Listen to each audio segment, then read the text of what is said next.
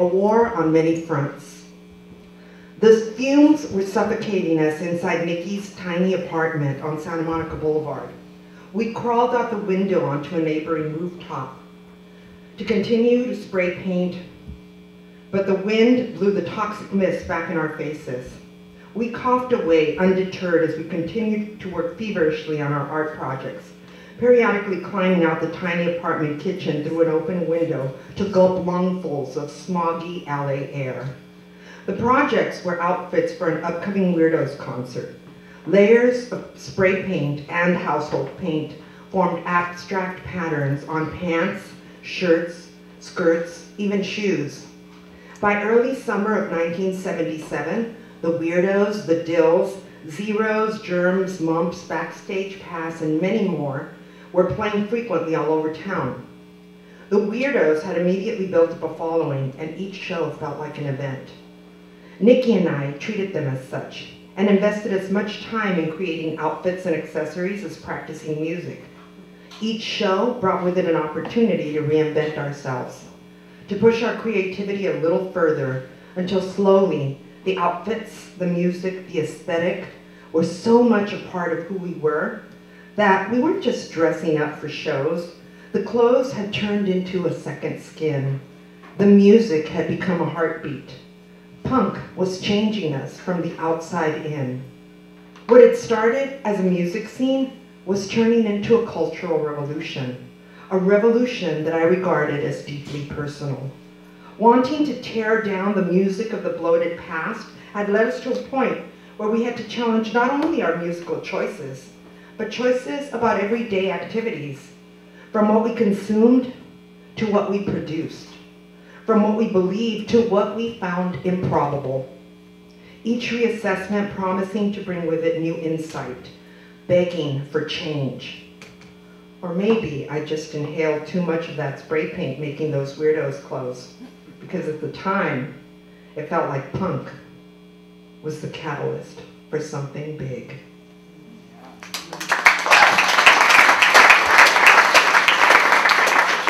Thank you. So in those early days, I really did feel like I was attracted to punk because it looked crazy and it was open to interpretation, and what started off as just like music and dressing up and having fun turned into a lifestyle change. And so I feel like punk really changed me from the outside in.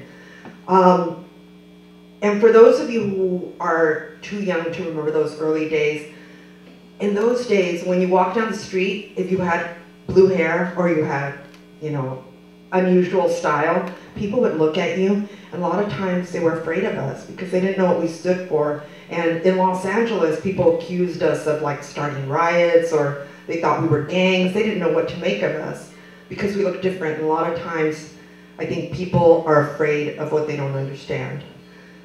So I want to do a song for you that is about those of us who challenge society and maybe make them a little uncomfortable, and sometimes maybe make them afraid just by being ourselves. It's called The Touch I Crave, and I want to bring up some special guests.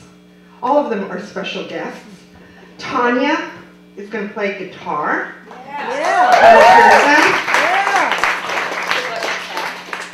Okay, Jason is going to play guitar. Sophia is going to play bass. Maura is going to play drums. And a very, very special surprise guest for those of you who, for any woman in the audience who's picked up an instrument and just felt like you didn't have somebody that was a role model to look up to. June has always been there, and she's a huge inspiration. So June Millington from Fanny.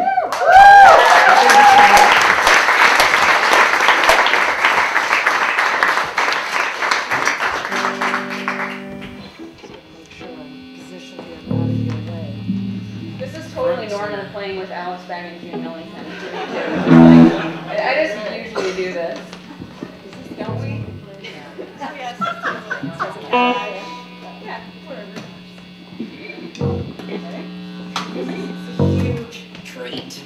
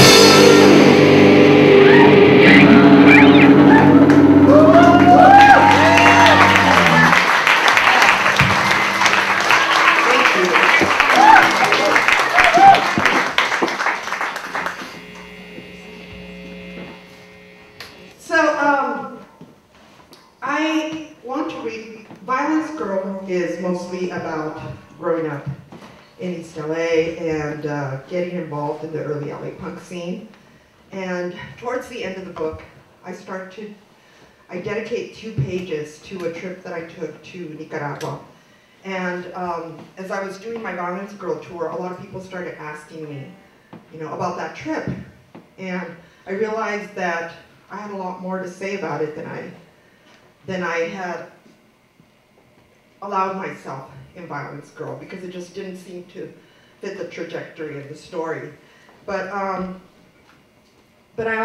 knew that I had the diary that I kept, so I decided to turn it into a book. And the reason I went to Nicaragua, I was a young teacher at the time. It was 1986, and I just started working at an inner city school, and a lot of my kids were, half of my kids were like from Mexican background, and the other half were Central American. And my family is Mexican. So I already felt like, well, I'm very much in touch with that culture. I know a lot about that, but I don't know a lot about Central American culture. So I was told that there was a way that I could go and get college credit, and I'll tell you more about that in a minute. But I decided to go and volunteer and live with a family there. I lived with a family It was headed by this amazing matriarch, and there were all women in the family. And we called them our like adopted sisters and mothers.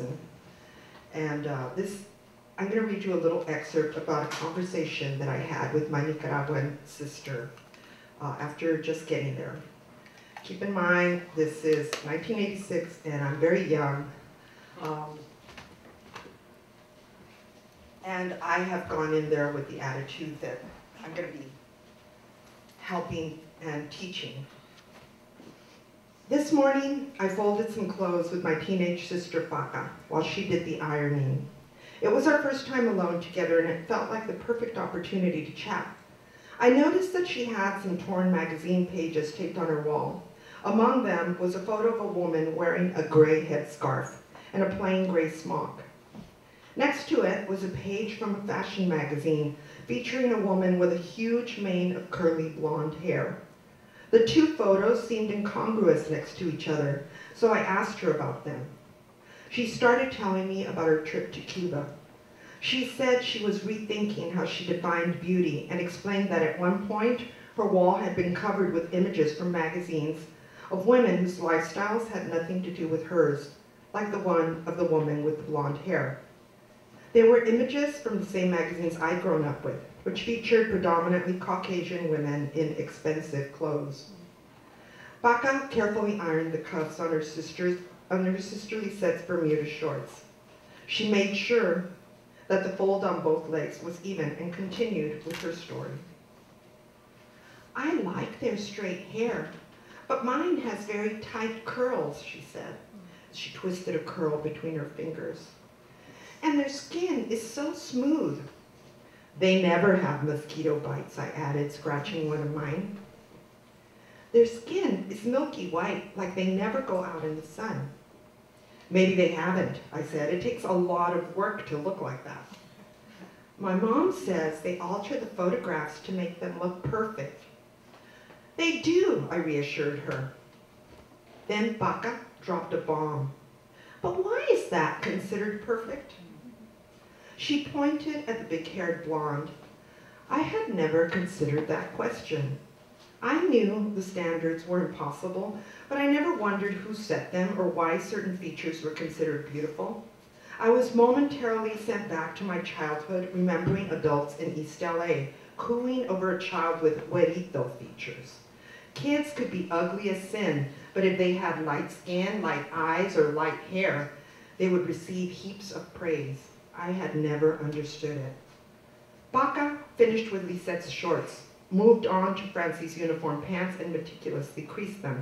Taking the tip of the iron, she gently tapped each pleat with it, pressing love into her family's clothing, enacting the type of beauty she knows she possesses, the type of beauty that's on her wall now, the beauty that comes from a sense of purpose.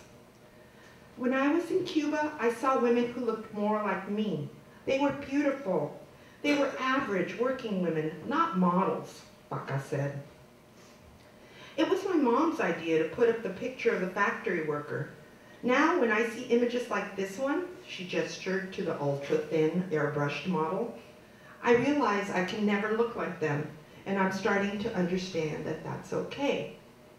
Now, this is the end of my entry, but I am a big sucker for Dummies books, so I kind of modeled my book after a For Dummies book, where I use little icons, and I have an icon that's called Seeds for Germination, and I use it for ideas that were planted in me, but that took a while to really take hold and germinate, you know, and really like,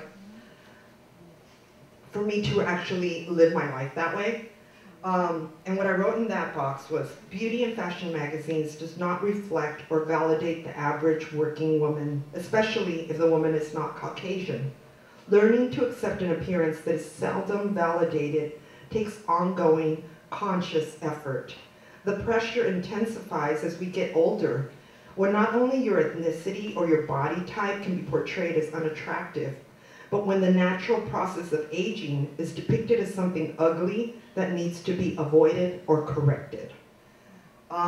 I am 56 years old. June, how old are you? 67. 67. And we are so fucking happy that to be who we are at this age, feeling more powerful than ever, proud of anything that you see, and we just want to, I think I speak for you too. I feel like for those of you who are going through that pressure and maybe you know that you shouldn't feel that way, but you have to fight it consciously, just to know that like who you are is... Just live through it. Yeah. It really gets better. So I feel really strong and confident now, but I'm a mom too, and I had these like, I have two stepdaughters and a daughter of my own, and they were all, when they were growing up, they were all like super powerful and brave and invincible, right? And then as they entered their teen years, I saw that they started to feel a little bit like, almost like they shrunk themselves down and they tried to blend in and they were a little more unsure of themselves. And I feel like a lot of times young girls are targeted because there's a machine out there that makes money from their insecurities. And you know, you think that it's over, but it's not. I mean, just a few months ago, I was watching television and I saw a commercial come on. And it was this woman, and she's like walking confidently, and she's singing this song like, I've got swagger, yes I do, I've got swagger. And have you seen this commercial? Anybody seen this commercial? This woman is walking confidently, and I thought, oh my God, this is great. Finally, like, you know, really like powerful. This is going to be about female empowerment, right? It was a douche commercial. The woman had swagger because she had washed out her vagina. And what I'm telling you today, if you take nothing else away, is you got to wash out this part, not this part. These are the ideas that